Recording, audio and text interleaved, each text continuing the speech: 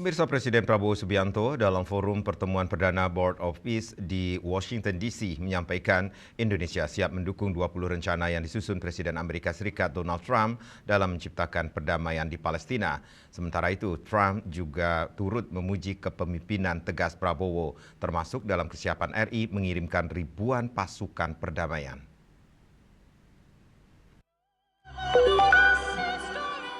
Presiden Prabowo Subianto menghadiri pertemuan perdana Board of Peace yang berlangsung di Washington DC, Amerika Serikat pada Kamis 19 Februari. Pada forum tersebut, Presiden mengatakan bahwa pemerintah Indonesia telah mempelajari 20 poin yang direncanakan oleh Presiden AS Donald Trump dalam mencapai gencatan senjata di Gaza, Palestina. Ia mengatakan Indonesia mendukung penuh rencana tersebut. We are committed to its success. We know there will be a lot of obstacles, there will be a lot of difficulties, but we are very optimistic with the leadership of President Trump. This vision of real peace will be achieved.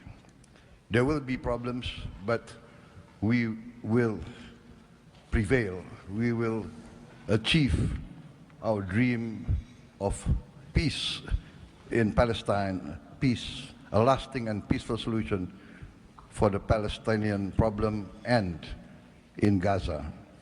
Sementara itu, Presiden AS Donald Trump mengapresiasi kehadiran Indonesia dalam forum tersebut dan turut melontarkan pujian atas kepemimpinan tegas dan cerdas Presiden Prabowo dalam menghadapi situasi krisis global.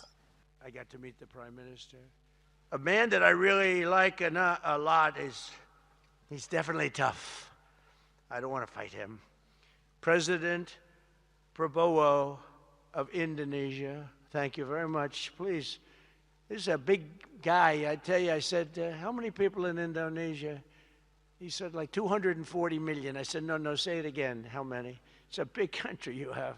And you do a great job and respected by everybody. And thank you very much for being here. Thank you very much, Mr. President.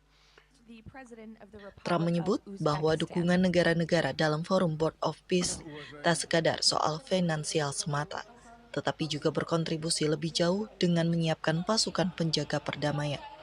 Tim Kantor Berita Antara mewartakan.